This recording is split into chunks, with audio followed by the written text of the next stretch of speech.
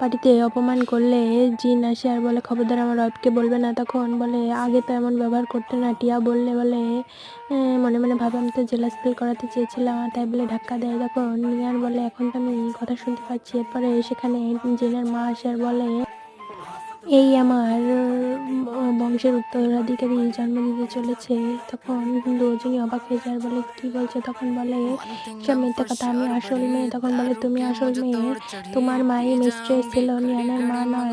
এই তার প্রমাণ। তখন জিন বলে এটার বাবাকে। তখন বলে আজ থেকে অনেক বছর আগে এই টিয়ার মা তোমার মাকে সরিয়ে বিয়ে করেছিল, তোমার বাবাকে ফাঁসিয়ে। তখন নিয়ান তার স্বপ্নকে থাপ্পড় মারে আর তার বাবা আর কিছু বলতে গেলে নিয়ান তাকে চুপ করায়। এরপরে বলে তুমি তো আমার মেয়ে। তখন বলে আমার কোনো বাবা নেই। এরপরে নিয়ানকে তার শাশুড়ির সম্পত্তি লিখে দেয় আর সবাইকে ধাক্কা দিয়ে বেরোতে